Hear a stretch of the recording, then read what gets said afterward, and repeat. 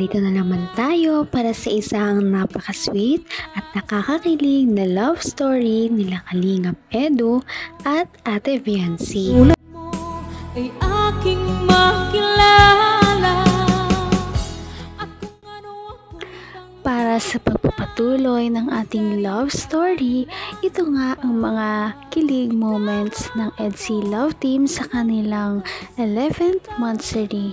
Nakakatuwa dahil umabot sila ng ganito katagal kahit na marami nagsasabi sa kanila na hindi daw sila bagay dahil nga dati ay may ka-love team na si Kalingap Edu. Ngunit pinatunayan nila na talaga namang may mararating silang dalawa at magtatagal sila bilang mag-love team.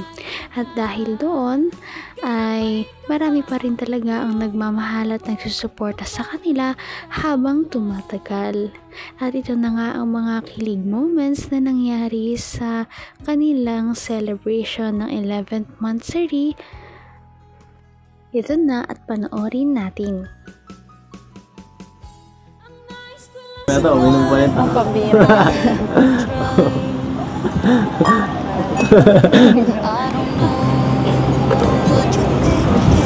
Oh, pang ano? Panulak. Sarap.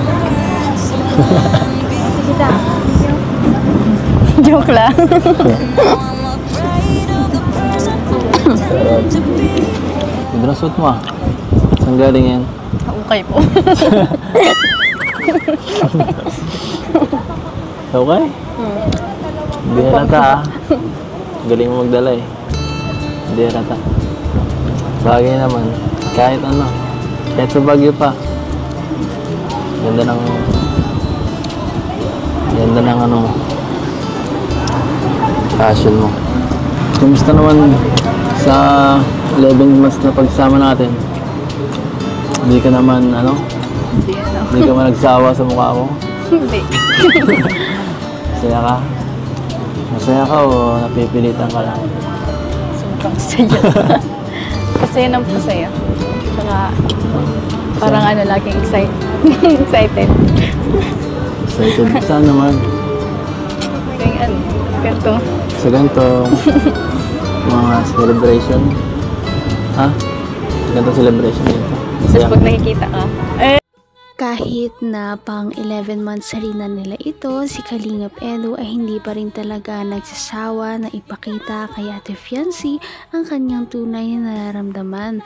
Talagang consistent siya sa pagpapakita na espesyal si Ate Viancy para sa kanya.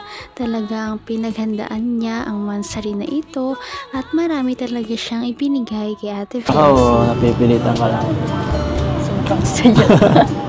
Pasaya ng pasaya. Saka parang ano, laging excited. Excited. Excited? Saan naman? Kaya ano, ganito. Sa ganitong mga celebration? Ha? Sa ganitong celebration dito? Masaya Tapos pag nakikita ka, joke lang. Hindi ako natuwa. May joke pa kasi sa walang joke. Dapat sincere. Diba? Ano to? Ang laki. Ang laki nito. Kumain ka ng ano? Baka mapalis na. Kayo po. Masaya naman kayo? Oo, napipilitan lang. Ba ako napipilitan? Nagawa ko na nga lahat oh. Okay lang ba? Tabi tayo? Layo mo eh. Gusto ko katabi wifi ko eh. Dito tayo. Sabay natin pagmamasdan ang karagatan. Napaka-sweet naman talaga ng tambalang ito. Talagang nagtabi pa sila para naman mas masaya ang kanilang pagsi-celebrate.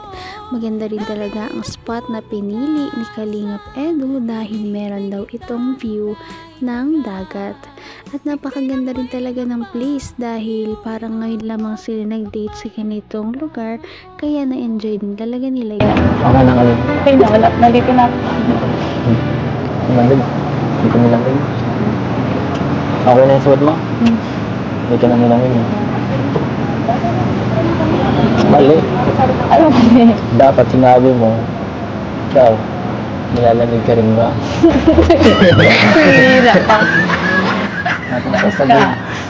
Alam mo, nilalamig ng kamay ko eh. Paano to?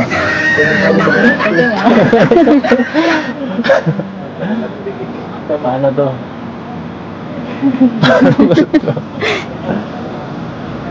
Ay, sige na nga.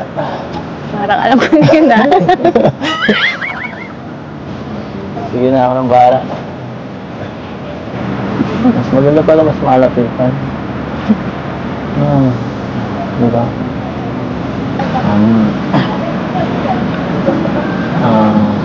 Jancy, may tanong ako. Kailan mo ako sasagutin? Mambihira ka. Sasagutin ka dyan. Bakit? Okay na tanong naman yun ah. Naalala ko lang. Sinisigurado ko lang kung malay ko ba, matagal din yan. Grabe talaga si Kalingap Edu, ang dami niya talaga mga banat at mga moves kay ate Fiancé. Nagkukunwari pa talaga siyang nilalamig. Gusto niya lamang talaga na hawakan siya ni ate Fiancé. Ngunit nung gabi yun, talagang nag-enjoy din talaga sila sa kanilang pag-uusap at makikita naman natin yun sa kanilang dalawa.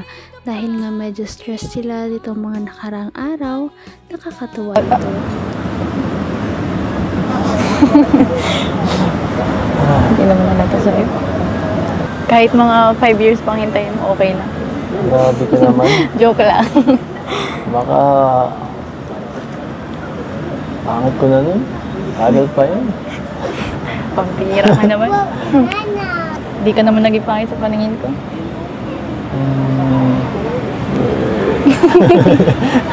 Ano eh? Totoo yun. So kahit na. Alam mo, may mga bagay na dapat hindi pinaghihintay eh. Sasayang ka ng oras eh.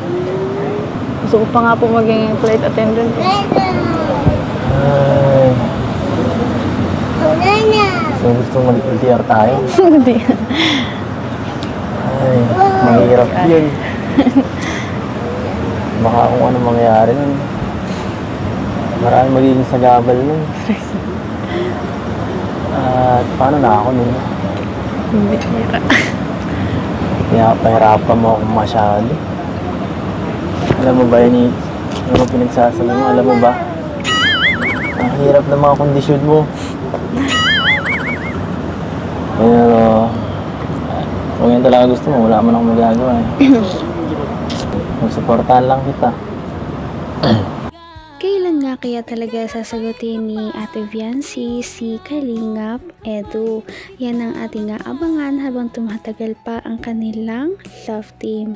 Ngunit mapapanood natin sa susunod nating video dahil may nangyaring hindi inaasahan. Ano kaya ang nangyaring hindi inaasahan sa ating next na video? Napaka-sweet talaga nila at napakabait ng tambalang ito kaya maraming sumusuporta. Kaya naman sana ipatuloy natin silang suportahan at mahalin si Fiancé, si Kalingap Edu at ang Kalingap team. Yun lamang at maraming salamat sa panonood. Abangan natin kung magkakatuluyan ba talaga si Kalingap Edu at Fiancé. Hanggang sa muli! Bye! Ngayon'y abot